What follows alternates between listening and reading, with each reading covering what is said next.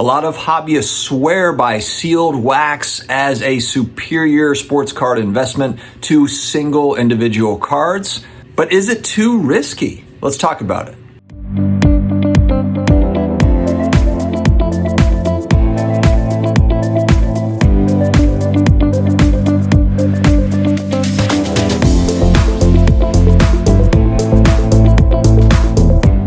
Hello to all my sports card collectors, investors, all of my collectibles friends. How are we doing? We are here for another week. I hope that you all had an amazing weekend. If you're new here, please hit that subscribe button. We are talking sports cards, collectible stuff almost 7 days a week, and we really enjoy it. So thank you very much for joining me here. Instagram at thepersonalfinancedad, and I'm on Twitter too, thepersonalfinancedad. All right, today we are talking about sealed wax. In the sports card world, this is a fun kind of play for specific sets that are important, and also just kind of a buy and hold strategy for a lot of collectors, for a lot of hobby folks. Everybody kind of heard around the world, Logan Paul, what does he have, 25 million subscribers, recently bought a Pokemon box, a rare first edition Pokemon box for over $3 million.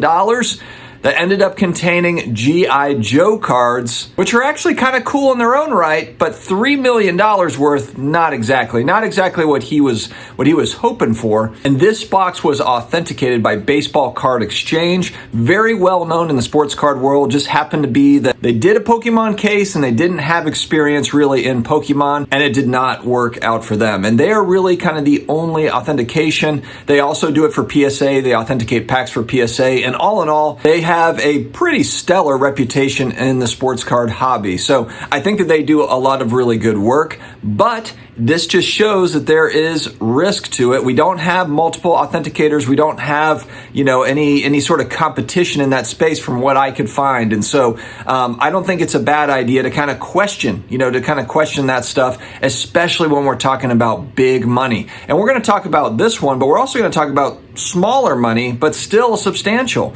So you had the Logan Paul deal. Of course, everybody heard about it, and it kind of brought to light some of the risks of sealed wax. The big kind of issue with sealed wax is you want to keep it sealed. So you're not going to open it to check to see what's inside of it because you don't want to devalue that investment, that long-term hold that you've got there. And so that is what presents the big time issue, is there's not really a way to check to see, is it real? Is the goods the goods? Is it there? And I think that that's something as a hobby that will need to change over time, because I don't think that this particular problem is going to go away, especially like we talk about more and more money coming into it. And unless you're buying directly from a distributor like a Steel City or a David Adams, where you're getting it direct, and it's a newer box, it's just a little scary on the secondary market where you're going out and buying it third hand, fourth hand, and it might be decades later. These might be older boxes.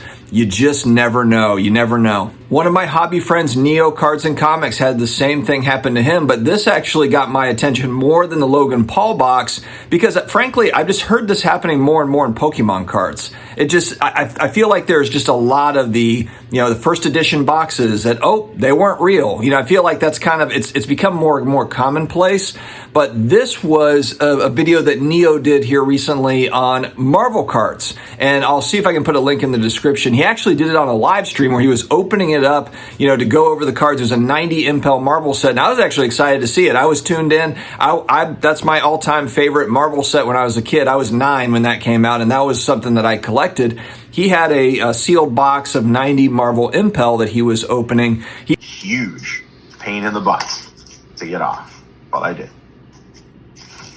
So, I gotta get the trash can in a more accessible location so I don't end up with packs all over the place. So essentially what we are looking for here is key characters. There are 2 different Spider-Men in this set. I'm sorry, 3 different Spider-Men in this set. The Cosmic, the normal one, and then the black suit. 3 different Wolverines in this set. Oh no. Disaster. I got. Holy shit. He opened it up live, and part of what was great about that live, it was live, is that he was seeing it for the first time, so you're getting kind of the genuine reaction. And of course, he was ticked, he was pissed about it. Should have been, but it was full of something else, and that was a box. I from what I understand it, he spent $1,000 on it on Mercury, whatever that platform is, and he had gotten it in, I believe, March or April of 2020. So he had this thing for 2 years. And so that box could have been sold. He would not have known. He would have sold it thinking that was full of Marvel cards, and then it goes to the next person, maybe the next person, the next person. Maybe it's just sitting in a collection for 10, 15, 20 years. Nobody knows that it's full of junk. And that's the issue with sealed wax. And that's really what the scammers are counting on, is that it stays sealed.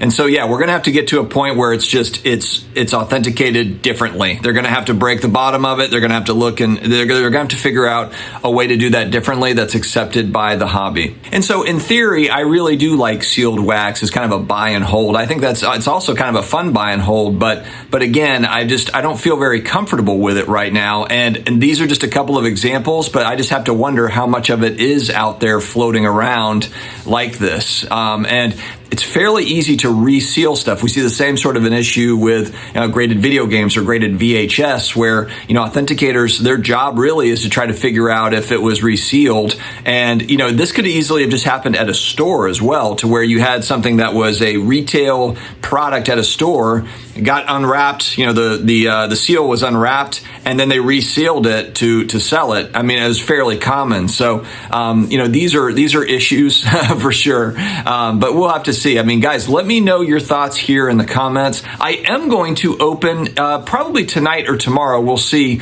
some sealed wax that I have recently bought. And you guys know that I don't really spend a lot of money on sealed wax. This is not expensive stuff, but something that's kind of cool that I'm excited to open. So thank you very much for joining me here today. Put your thoughts in the comments below as far as your thoughts overall on the sealed wax stuff. And if you're confident in the authentication of it, just the whole bit of it, because again, I think that there is some real promise to it. And I think obviously there's some really valuable stuff out there. I'm just a little bit nervous by it, but I would like to hear your thoughts. This is one of those open up the discussion, type videos. I want to hear from you all. Have an amazing rest of your day. Stay healthy, stay awesome, and I will talk to you again later.